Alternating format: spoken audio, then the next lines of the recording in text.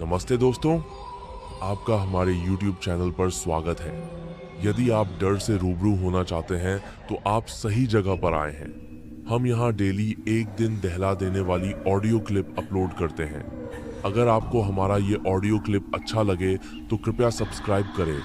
आपका एक सब्सक्राइब से हमें प्रेरणा प्रदान करता है। तो चलिए शुरू करते हैं आज की डरावनी दिल दहला देने वाली कहानी। राजपुर गांव में हवा एक फुसफुसाहट लेकर बहती थी। एक फुसफुसाहट जो जंगल के किनारे पर खड़े प्राचीन मुड़े तुड़े बरगद के पेड़ और उसके पार फैले जर्जर मकान की कहानी कहती थी। ज्यादातर गांव वाले, खासकर बच्चे, उस रास्ते से दूर रहते थे जो उस घर की ओर जाता था, क्योंकि वहां रहती थी मालिनी गांव की चुड़ैल।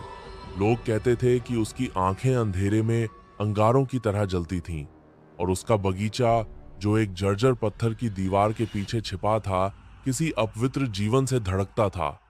दो दोस्त, आर्यन और वीर, जो अभी किशोरावस्था की दुस्साहसी दहलीज पर कदम रख ही रहे थे, उन फुसफुसाहटों को मजाक समझते थे।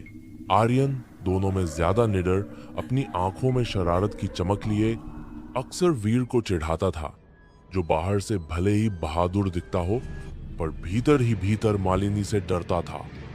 वो बस एक बूढ़ी औरत है, वीर। एक तपती दोपहर आर्यन ने कंकड़ को ठोकर मारते हुए कहा, शायद अकेले रहना चाहती है। ये सारी कहानियां बस बच्चों को डराने के लिए हैं। वीर को यकीन नहीं था। लोग कहते हैं वो परछाइयां चुरा लेती है आर्यन और उसका बगीचा। कहते हैं वहां के फूलों के दांत होते हैं। आर्यन हौसा और उसकी हौसी वीर को चुभ गई। चलो देखते हैं उस बगीचे को, बस एक झलक। इससे बुरा क्या हो सकता है? वीर के पास ना कहने का कोई रास्ता नहीं था, नहीं तो उसकी बहादुरी पर सवाल उठते। और इसी तरह जब सूरज आसमान को नारंगी और बैंगनी रंगों से रंग रहा था, दो दोस्त उस उबड़ खाबड़ रास्ते पर चल पड़े जो मालिनी के घर की ओर जाता था। हवा में एक अजीब सी गंध थी, कुछ मीठा लेकिन सड़ा सड़ा, जैसे बहुत पक चुका फल और बासी अगरबत्ती। घर सामने आ गया, एक कंकाल की तरह खड़ा हुआ, मरती रोशनी के खिलाफ। टूटे हुए खिड़कियां खाली आंखों की तरह घूर रही थीं और लकड़ियां हवा के हर झोंके में कराह रही थीं। लेकिन असली भय तो बगीचे में था।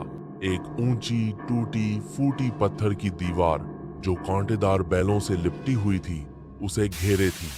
दरवाजे की एक पतली दरार से उन्होंने झांका। वहां कोई रंग बिरंगे फूलों वाला बगीचा नहीं था, बल्कि एक भयानक दृश्य था। फूल जैसे उन्होंने पहले कभी नहीं देखे थे, एक अनजानी चमक से धड़क रहे थे। कुछ की पंखुड़ियां चमड़े जैसी थीं जो पंखों की तरह फैल रही थीं। कुछ का चेहरा इंसानों की पीड़ा से भरे चेहरों जैसा था, जिनकी आंखें उनके हर कदम का पीछा कर रही थीं। जमीन भी मानो सांस ले रही हो ऊपर नीचे होती हुई, और हर जगह अजीब सी बेलें थीं जो जीवित होकर रेंग रही थीं।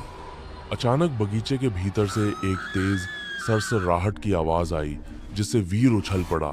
उसका दिल जोर जोर से धड़कने लगा।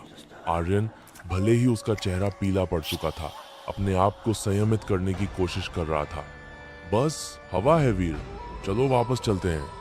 जैसे ही वह मुड़े, एक बूढ़ी कराहती आवाज गोधूली को चीरती हुई आई, भटक गए बच्चों।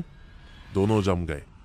मालिनी बगीचे के फाटक पर खड़ी थी, काले पैबंद लगे कपड़ों में लिपटी एक झुकी हुई आकृति। उसका चेहरा झुर्रियों से भरा हुआ था और उसकी आंखें सच में किसी अंगारे की तरह चमक रही थीं।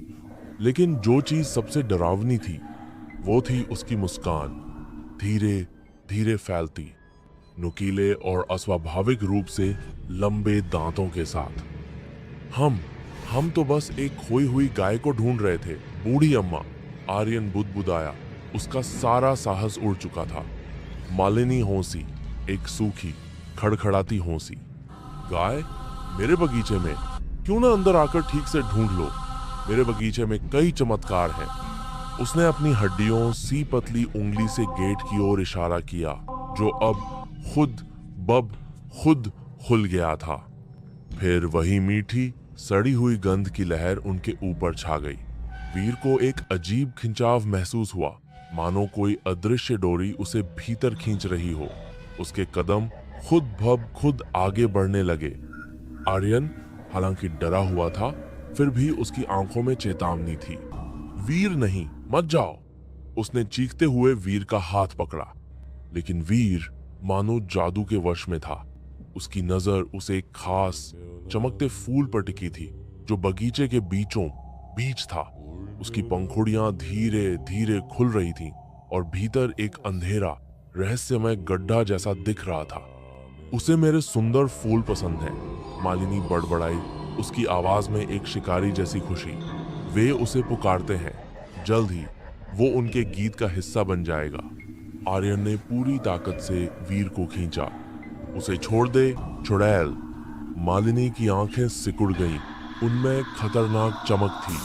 बगीचे की बेलें जैसे जाग गईं, सांपों की तरह सरसराती हुई। एक मोटी बेल वीर के टखने को पकड़कर लपेटने लगी। वीर चिल्लाया और उसी झटके से जादू टूट गया। वह लड़खड़ाकर गिर पड़ा और आर्यन भी उसके साथ नीचे गिर पड़ा। मालिनी आगे बढ़ी, उसके दांत और ज्यादा डरावने लग रहे थे। बदतमीज लड़के, मेरा बगीचा ऐसे लड़कों को पसंद नहीं करता। उसने एक और कदम बढ़ाया, तभी बरगद के पेड़ से एक भयानक चीख गूंजी। कौओं का झुंड उसके शाखाओं से उड़ गया। उनके काऊ काऊ की गूंज वातावरण में फैल गई। मालिनी एक पल को ठिठकी, उसकी नजर पेड़ की ओर गई। उसी क्षण आर्यन ने वीर को खींचा। भागो वीर, भागो। वे दोनों उस पगडंडी पर दौड़ पड़े। पीछे मुड़ने की हिम्मत नहीं हुई। वो अजीब मीठी गंध उनके साथ साथ चलती रही और मालिनी की डरावनी हौंसी अब भी उनके कानों में गूंजती रही। वे तब तक नहीं रुके जब तक गांव का कुआं नहीं आ गया। वहां जाकर धूल भरी जमीन पर गिर पड़े, हांफते हुए। गांव वाले इकट्ठा हो गए और उनकी डर से सफेद पड़ी शक्लें देखकर खामोशी छा गई। उस रात आर्यन और वीर दोनों नहीं सो सके। हर परछाई डराने लगी, हर पत्ता की सरसराहट चुड़ैल की आहट लगती थी। वीर को अब भी अपने टखने पर बेल का स्पर्श महसूस होता रहा और आर्यन की आंखों में वो डरावने फूल घूमते रहे। उस दिन के बाद मालिनी और उसके बगीचे की कहानियां अब सिर्फ बुजुर्गों की गप नहीं रही, वे चेतावनियां बन गईं। उस रास्ते पर फिर कोई नहीं गया। राजपुर के लोग जान गए, कुछ जगहों को यूं ही छोड़ देना बेहतर होता है, खासकर जब कोई बगीचा ऐसी चीजों की फुसफुसाहट करता है जिन्हें कभी नहीं उगना चाहिए था। हम आशा करते हैं कि आपको हमारा ऑडियो क्लिप अच्छा लगा होगा। अगर अच्छा लगा तो कृपया सब्सक्राइब करें। धन्यवाद।